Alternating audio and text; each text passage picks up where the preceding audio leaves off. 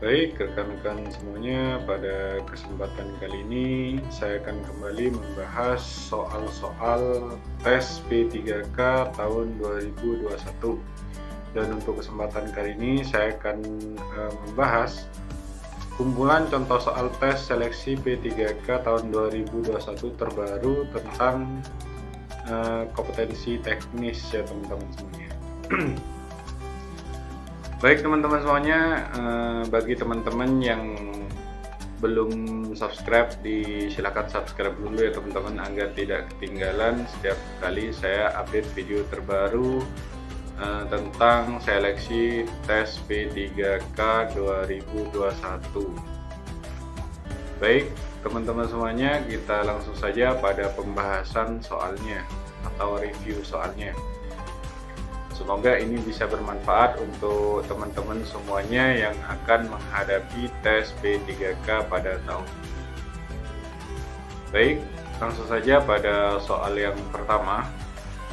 Dalam proses pembelajaran, agar proses pembelajaran dapat berjalan dengan efektif, maka guru perlu mempunyai sikap sebagai berikut, kecuali A. Mendorong peserta didik untuk membuat keputusan sendiri, B. Memberi balikan dan pengayaan sebagaimana diperlukan, C. Mengusahakan suasana belajar yang menyenangkan, D. Memasukkan unsur yang tidak diperkirakan sebelumnya, E. Menjadi fasilitator dalam proses pembelajaran.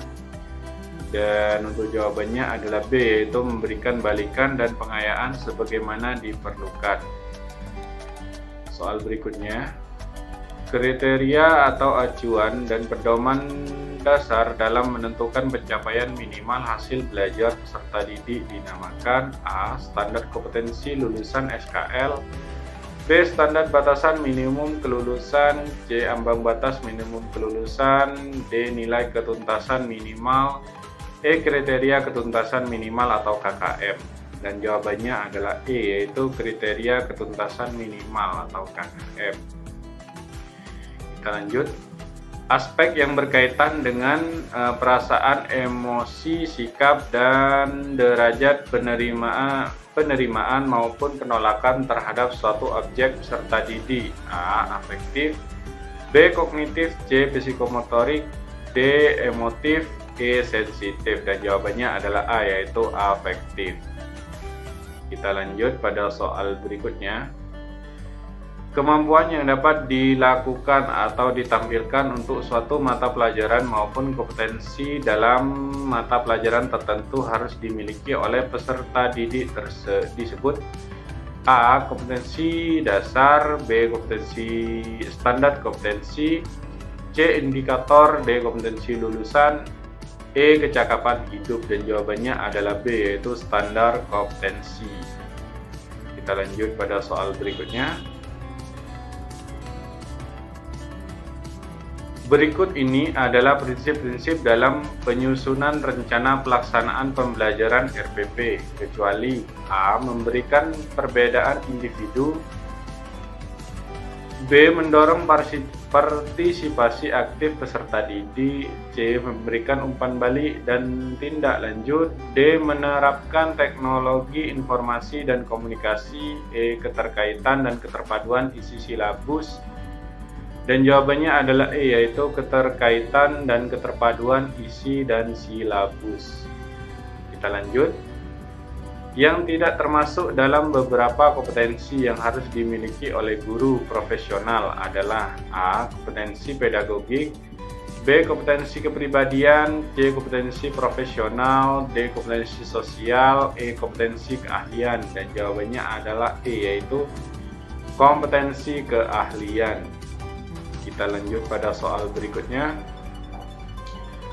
Komponen rencana pelaksanaan pembelajaran RPP terdiri atas beberapa hal berikut ini, kecuali A. Identitas mata pelajaran, B. Standar kompetensi, C. Kompetensi dasar, D. Kompetensi peserta didik, E. Kegiatan pembelajaran. Dan jawabannya adalah D, yaitu kompetensi peserta didik. Kita lanjut pada soal berikutnya.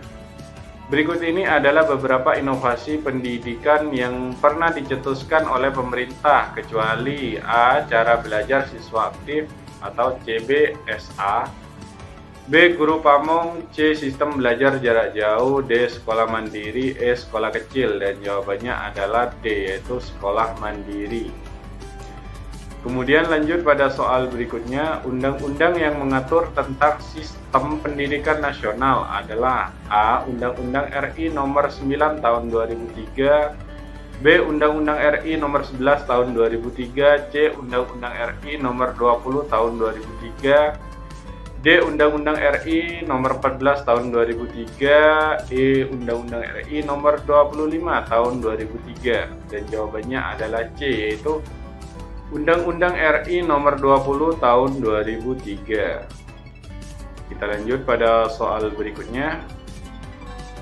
Peraturan Menteri Pendidikan Nomor 20 Tahun 2007 mengatur tentang A. Standar penilaian pendidikan, B. Standar proses belajar mengajar, C. Penilaian berbasis kelas, D. Sertifikasi guru, E. Guru dan dosen. Dan jawabannya adalah A, yaitu Standar penilaian pendidikan. Kemudian kita lanjut pada soal berikutnya. Kedudukan dosen sebagai tenaga profesional ditetapkan dalam A. Bab 2 Pasal 3 UU Guru dan Dosen Nomor 14 Tahun 2005, B. Bab 2 Pasal 2 UU Guru dan Dosen Nomor 4 Tahun 2005, C.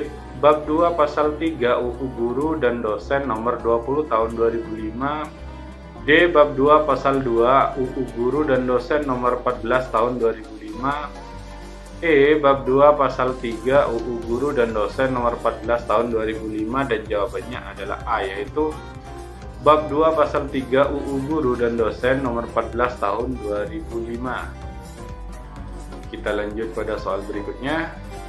Prinsip profesionalitas yang harus dimiliki dosen maupun guru sesuai UU Guru dan Dosen adalah sebagai berikut, kecuali A. Memiliki bakat minat panggilan jiwa dan idealisme, B. Memiliki komitmen untuk meningkatkan mutu pendidikan dan keimanan, ketakwaan, dan akhlak mulia, C. Mampu mengenal karakteristik setiap peserta didik di sekolah maupun setiap mahasiswa pada perguruan tinggi, D. Memiliki kualifikasi akademik dan latar belakang pendidikan sesuai dengan bidang tugas, E. Memiliki kompetensi yang diperlukan sesuai dengan bidang tugas. Dan jawabannya adalah C, yaitu mampu mengenal karakteristik setiap peserta didik di sekolah maupun setiap mahasiswa pada perguruan tinggi. Lanjut pada soal berikutnya.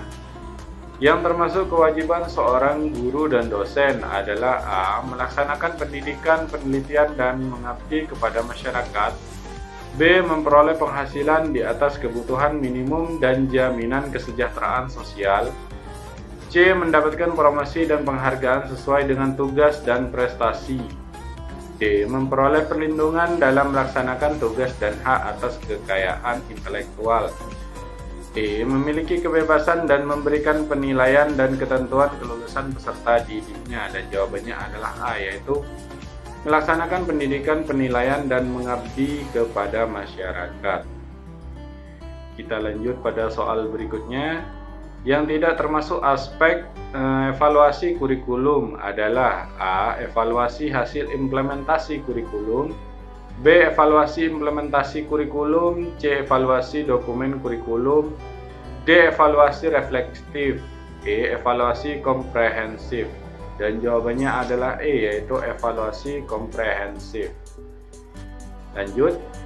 Berikut ini merupakan permasalahan dalam pendidikan yang mendasar, kecuali A. Mahalnya biaya pendidikan, B. Korupsi dana pendidikan, C. Kurangnya minat masyarakat akan pendidikan, D. Kurangnya fasilitas pendidikan, E. Diskriminasi status guru. Dan jawabannya adalah C, yaitu kurangnya minat masyarakat akan pendidikan. Kita lanjut pada soal berikutnya. Agar peserta didik bereaksi terhadap materi yang kita berikan, maka gambar yang akan digunakan sebagai media pembelajaran dalam proses belajar SR haruslah A. Berwarna gelap, B. Seminimal mungkin, C. Berwarna-warni, D. Semaksimal mungkin, E. Berwarna cerah. Dan jawabannya adalah D, yaitu semaksimal mungkin. Kita lanjut pada soal berikutnya. Di bawah ini merupakan contoh akan adanya dampak dari keyakinan pada kemampuan diri seorang peserta didik, yaitu A. Andi dapat menyelesaikan tugasnya dengan bantuan guru, dengan bantuan orang tua. B. Budi merasa sakit perut karena akan mengikuti tes. C. Carlos merasakan pusing setelah mengerjakan tugas yang diberikan guru. D. Dendi menangis setelah berantem dengan Agus untuk berebut pengerjaan tugas. E. Ernie malu bertanya ketika mendapatkan kesulitan memecahkan permasalahan sosial yang diberikan guru. Dan jawabannya adalah B, yaitu Budi merasakan sakit perut karena akan mengikuti tes. Kita lanjut pada soal berikutnya. Dalam menerapkan strategi pembelajaran berbasis multiple intelligence, ada langkah-langkah yang dapat digunakan antara lain. A. Membuat kebijakan baru mengenai strategi pembelajaran. B. Mengkaji kembali apa yang dipelajari oleh peserta didik. C. Memberdayakan semua intelijensi yang dimiliki peserta didik. D. Menyediakan fasilitas yang lengkap untuk semua jenis kecerdasan. E. Memberikan fasilitas sederhana sebagai penunjang kecerdasan peserta didik. Dan jawabannya adalah C, yaitu memberdayakan semua intelijensi yang dimiliki peserta didik. Kita lanjut pada soal berikutnya, yaitu kegiatan berikut ini yang merupakan salah satu cara untuk mengaktifkan indera peserta didik agar dapat berkembang secara maksimal, yaitu A. Peserta didik berolahraga di lapangan terbuka. B. Guru memberi hadiah kepada peserta didik berprestasi. C. Peserta didik diajak berkarya wisata. D. Peserta didik belajar di ruang laboratorium bahasa. E. Peserta didik berwisata di alam terbuka. Dan jawabannya adalah D, yaitu peserta didik belajar di ruang laboratorium bahasa. Kita lanjut. Pada waktu mengajar, guru memberikan hadiah ataupun pujian kepada peserta didik yang berhasil menjawab dan menyelesaikan sebuah soal. Dalam perihal ini, guru menerapkan teori belajar. A. Classical conditioning. B. Connectionism. C. Behaviorism. D. Operance conditioning. D. Problem solving. Dan jawabannya adalah B, yaitu connectionism. Kita lanjut pada soal berikutnya. Ada beberapa tahap yang harus dilalui oleh seorang guru pada waktu mengembangkan strategi pembelajaran. Salah satunya adalah guru menetapkan ataupun merumuskan tujuan untuk mengukur keberhasilan dari proses pembelajaran tersebut. Apakah yang dapat dilakukan oleh guru tersebut pada tahapan pengembangan? A. Kurikulum. B. Kerangka pembelajaran. C. Sistem pembelajaran. D. Rencana pembelajaran. E. Evaluasi pembelajaran. Dan jawabannya adalah A, yaitu kurikulum. Lanjut. Alat ukur yang dapat digunakan untuk mengukur kemampuan efektif peserta didik adalah A. Tes objektif. B. Tes berupa angket. C. Tes kemampuan gerak. D. Tes kemampuan fungsional otot tubuh. E. Tes psikomotorik anak. Dan jawabannya adalah B, yaitu tes berupa angket. Lanjut pada soal berikutnya.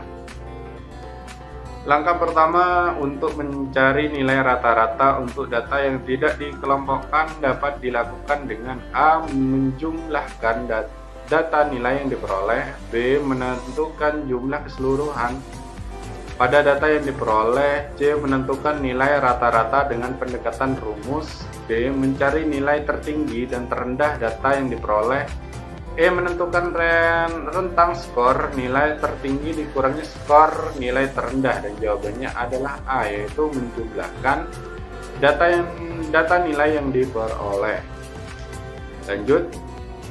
Yang tidak termasuk dalam karakteristik kecerdasan interpersonal adalah A. Mampu beradaptasi dengan lingkungan belajar. B. Mampu bermain dengan kelompok. C. Mudah berkonsentrasi. D. Mampu menjadi pemimpin. E. Peka terhadap teman. Dan jawabannya adalah C, yaitu mudah berkonsentrasi. Lanjut, suatu teori belajar dikembangkan untuk membangun prinsip-prinsip belajar secara ilmiah. Ini merupakan tujuan dari teori belajar: A. Insight, B. Behaviorisme, C. Cognitive, D. Conditioning, E. Connectionism. Dan jawabannya adalah C, yaitu kognitif. Baik teman-teman, itu beberapa soal yang saya bahas pada konten kali ini. Untuk berikutnya saya akan kembali menyajikan soal-soal terbaru bagi teman-teman semuanya agar bisa menjadi bahan belajar teman-teman semuanya. Dan untuk soal ini teman-teman jika ingin mendapatkan dalam format PDF, nanti saya akan share link di deskripsi video ini agar teman-teman bisa mengunduhnya kembali dan bisa mempelajarinya di rumah teman-teman.